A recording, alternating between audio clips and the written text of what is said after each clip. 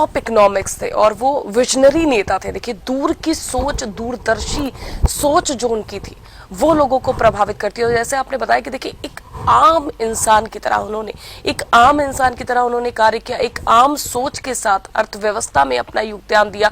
और आज जो हम जिस अर्थव्यवस्था के सहारे, जिस अर्थव्यवस्था को हम लेकर चल रहे हैं और जहां भारत अपनी अर्थव्यवस्था की जो है वो बुलंदियां छू रहा है, वो कहीं उसमें एक बड़ा हाथ जो है वो मनमोहन सिंह का रहा है इस अर्थव्यवस्था को आगे ले जाने में।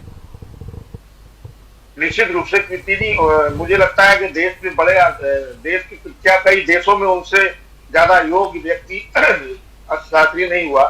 और बहुत सारी चीजें उनकी थी और इंदिरा गांधी से भी उनके विशेष संबंध थे। निश्चित रूप से गांधी परिवार के बहुत नजदीक थे, इसमें कोई दोहराई नहीं है।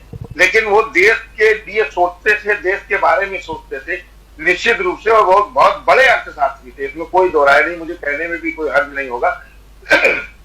जिस तरह से उन्होंने अर्थव्यवस्था को काफी अच्छे तरीके से देखा, समझा और उसके बाद आज हमारा देश कहाँ पे पहुंचा है। निश्चित रूप से जो लोग पहले से इस देश को लेके चले, चाहे वो अर्थशास्त्री के रूप में हो या प्रधानमंत्री के रूप में हो, निश्चित रूप से उनके योगदान को कभी भुलाया नहीं जा सकता। भले ही कोई भी राजनीति में अब तमाम तरह की बातें होती रहती है, लेकिन ये बात ठीक बात है कि मनमोहन सिंह का जो कार्यकाल था बहुत अच्छा था। स्वर्गीय मनमोहन सिंह जी ने 10 साल बहुत अच्छे गुजारे। उसके बाद देश की प्रधानमंत्री के साथ साथ वो अर्थव्यवस्था को भी बहुत अच्छी तरह से समझते थे, देखते थे।